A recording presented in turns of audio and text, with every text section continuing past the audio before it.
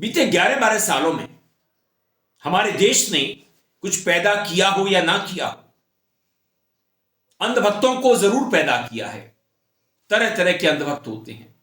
तुम कह रहे हो मोदी ने किया क्या है? अमेरिका क्या कहता था? क्या हो तुम? आज हम कहते तू क्या है बे? हमें कुछ भी। ये देखिए हमारा भगवान ये तो मोदी जी हैं। और मैं तो कहता हूँ पूरे देशवासियों से कि धैर्य रखो मेरे भगवान। अरे कहना क्या चाहते हो? पैसे वाले अंधभक्त, मध्यम वर्ग के अंधभक्त, गरीब अंधभक्त जो राशन पर जिंदा है। तो ये एक अलग तरह की प्रजाति पैदा हुई है हमारे देश में। उत्तर भारत के पंजाब में ये कम पाई जाती है, कुछ हिस्सों में ये मिल जाएंगे। वहां इनकी दाल नहीं गलती, बीजेपी की नहीं गलती, संघ की नहीं गलती। तो अंधभक्त कहां से पैदा होंगे? तो जो अमीर अंधभक्त होते हैं वो बड़े समझदार होते हैं। वो सिस्टम से पैसा बना रहे होते हैं, पैसे से पैसा बना रहे होते हैं। अगर उन्हें देश को निचोड़ने की भी कहीं जरूरत पड़ती है तो निचोड़ डालते हैं, नींबू की तरह।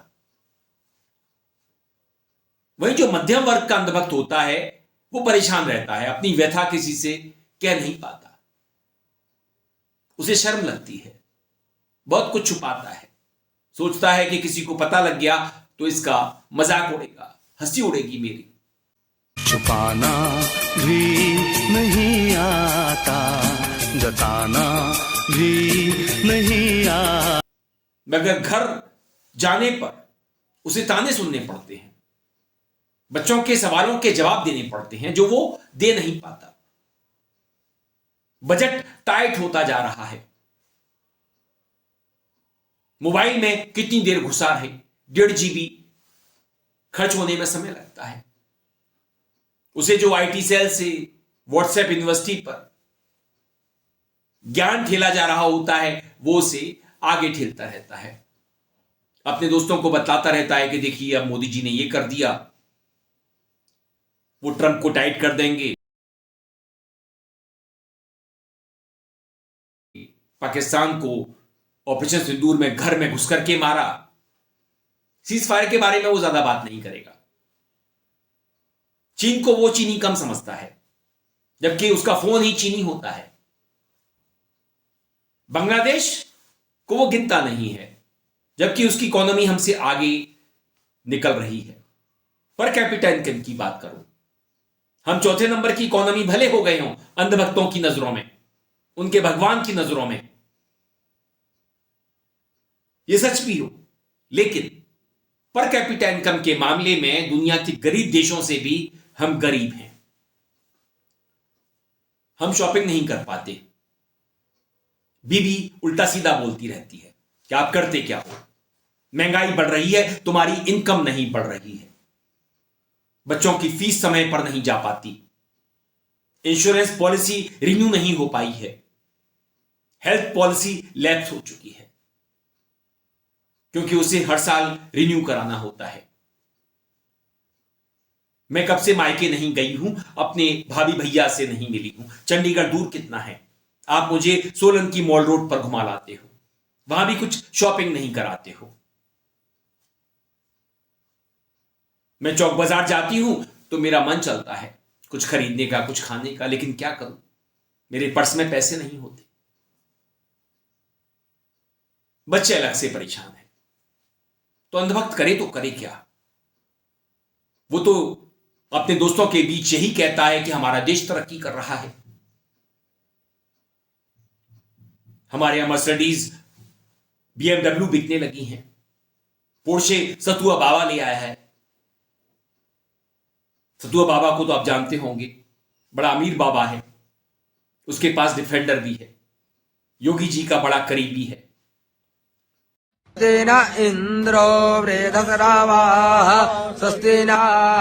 स्वस्ति नस्तारिक्षो अरिष्टानेमि स्वस्ति नो देवहितं छन्दनो नमः पुत्रादो पुत्राः विषवेदे शान्तिरन्तरिक्षगो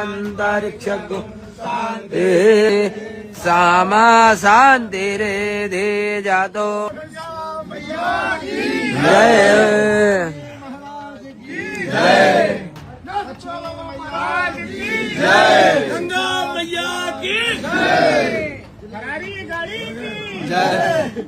शीतलीकरण। कहते हैं कि उसका खाना वहां का डीएम बना रहा है। वहीं शंकराचार्य जी को स्नान के लिए अंदर नहीं घुसने दिया जा रहा है। तो ये अलग तरह का दौर है, अलग तरह की चिथराई चल रही है। मगर अंधभक्त तो ठहरा अंधभक्त, राशन के चावल खा रहा है, जिंदगी झंड हुई पड़ी है, लेकिन वो खुद को खुदा समझता है, क्योंकि उसके गुरु विश्वगुरु हैं, विश्वमित्र हैं, महामानव हैं। जहां चाहते हैं किसी की भी गर्दन मरोड़ देते हैं अपनी जांच एजेंसियों के जरिए, पुलिस के जरिए। उसके गुरु की आर्मी हो चुकी है। तो वो जिस तरह से जो दुनिया में विचरण करता है, वो एक सपनीली दुनिया है। जूते उसके फटते जा रहे हैं। पहले वो अच्छे ब्रांड के जूते पहना करता था, मगर अब उसे एक ही जूते को सालों घिसना पड़ रहा है। तो ऐसे अंधभक्त का आप क्या करोगे? न जाने वो किस चीज पर इतरा रहा है। जो उसका गुरु कहता है उसी की बात को वो आगे खेल देता है कि देखिए, उसको सबक सिखा दिया, हमने बिहार चुनाव जीत लिया, अब हम बंगाल जीतेंगे, कांग्रेस को देश में कहीं रहने नहीं देंगे, कांग्रेस मुक्त भारत बनाएंगे, क्योंकि हमारे पास ज्ञानेश कुमार है, पहले राजीव कुमार था, उसे बलात्कार सत्कार लगने लगा है, भ्रष्टाचार सदाचार, और हत्या को वो ऐसे लेता है जैसे किसी ने किसी को थप्पड़ मार दिया हो। अगर जजेस पर सवाल उठते हैं तो वो कहता है कि ठीक कर रहे हैं, वो हमें हिसाब चुकाना है। एक और ज्वलंत मुद्दा यूपी से ही है। भैया प्लीज बंद कर दो दरवाजा।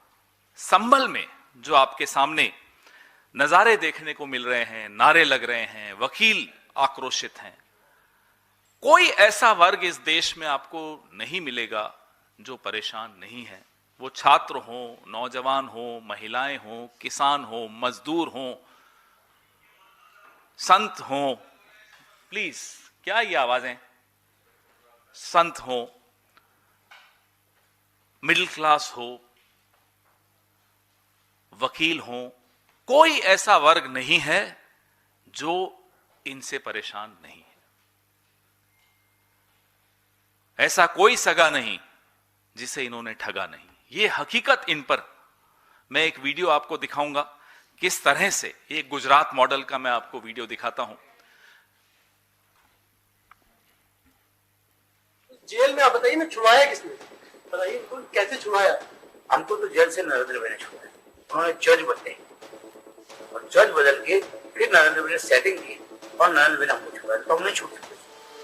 पहला जज आया था धोड़के हरी था, उन्होंने बोला कि बाहुबली बजेंगे तो फांसी होनी चाहिए 4-5 बार, एक बार नहीं, तो फाइल फेंक दी सब। फिर दूसरा आया तो दूसरा ने हमारे को यही बताया कि नहीं, इनको फांसी होनी चाहिए। फिर तीसरा ने 1.5 साढ़े 4 महीना हो गए। फिर नरेंद्र भाई ने हमारे को संदेशा भेजा कि ठहर जाओ, मैं अभी सेटिंग करता हूँ, टाइम निकल गया है। फिर उन्होंने अक्षय मेहता करके जज को भेजा, जज ने फाइल नहीं देखी, नहीं बोले जा सब जेल खाली कर दिया, बाहर आ गया। तो कोई ये काम, नाम तो भगवान। ये आपने देखा जहां ये बाबू बजरंगी खुलकर बोल रहे हैं नरेंद्र भाई ने कैसे जज बदल के मेरे को राहत दी। तो कोई ये योगी आदित्यनाथ का नया मॉडल नहीं है, ये टेस्टेड मॉडल है, ट्राइड मॉडल है। गुजरात में आपके सामने ये वीडियो आपने देखा, जो एक राक्षस किस्म का व्यक्ति खुलकर बोल रहा है कि मुख्यमंत्री ने उनको मदद की, जज की ट्रांसफर करके, बार बार ट्रांसफर करके उन्हें राहत दिलवाई।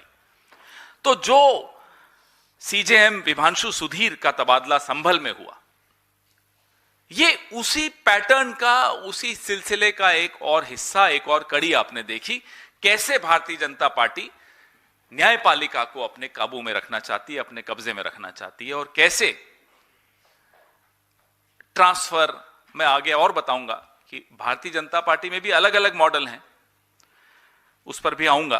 तो जो चंदौसी कोर्ट में वकील नारे लगा रहे हैं, विरोध कर रहे हैं, हम उन वकीलों के साथ हैं।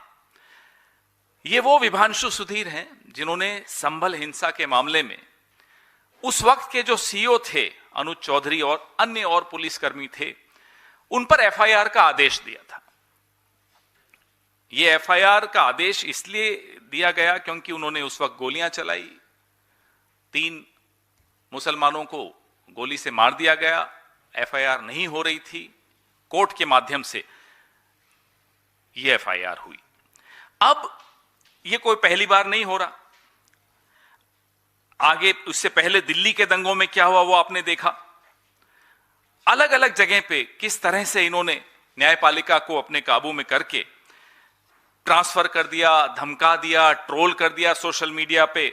ऐसे कई बार ये लोग करते रहते हैं ताकि इनका एजेंडा चलता रहे। उसका कहीं 1000 रुपए का चालान हो जाए तो वो छुपाता रहता है। गडकरी की बुराई नहीं करता कि नो पार्किंग का चालान 1000 रुपए का गडकरी ने क्यों कर दिया। उसके पास पुरानी कार है, घिसी पिटी कार है। कब सरकार उसको चलने से रोक देगी उसे भी पता नहीं है, नए कानून कब आ जाएंगे, मगर वो सोचता है कि हिमाचल में देर से आएंगे। तो अंधभक्त का अपना एक इकोसिस्टम है, उसका अपना एक सपनीला संसार है। वो अपने दर्द छुपाता रहता है, मगर अपने जो गुरु की बातें हैं, वो कितने बार विदेश जाते हैं, कौन सी घड़ी पहनते हैं, कितने बार कपड़े बदलते हैं, बस इसी की चर्चा करता रहता है। अभी बचत उत्सव हुआ था, तब भी उसने कुछ सपने बुने थे कि मैं अब की बार कार बदल लूंगा, लेकिन फिर से बजट की बात आ गई। वो गाड़ी भी समझ सोच करके चलाता है, कभी कभी निकालता है, क्योंकि गाड़ी में इथेनॉल मिला पेट्रोल डलता है। क्या करे बेचारा। तो अंधभक्त एक बड़ा ही, अगर वह मध्यम वर्ग और गरीब तबके का है तो बेचारा प्राणी होता है। अमीरों की बात क्या करें, वो सब कुछ खरीद सकते हैं। और इस देश में बीते 11-12 सालों में कुछ बड़ा हो या ना बड़ा हो, अमीरों की संख्या जरूर बढ़ी है। कहते हैं कि देश की 40% संपत्ति पर देश के 1% अमीरों का कब्जा हो चुका है। वो अमीर और अमीर होते जा रहे हैं, उनकी मोनोपोली और डियोपोली चल रही है। तो दोस्तों, अंधभक्तों की दुनिया के बारे में आज बात इतनी सी रही, फिर चर्चा करूंगा आपसे। अंधभक्तों के संसार में आपको फिर लेकर के जाऊंगा। वीडियो पसंद आने पर आप इसे लाइक करें, दोस्तों साथियों में खूब शेयर करें, चैनल को सब्सक्राइब भी कर दें। बेल आइकन का घंटी जैसा बटन जरूर दबाएं, जिससे कि आने वाले वीडियो की आपको नोटिफिकेशन मिल सके। आप अपनी प्रतिक्रियाएं मेल आईडी और कमेंट बॉक्स में भेज सकते हैं। नमस्कार।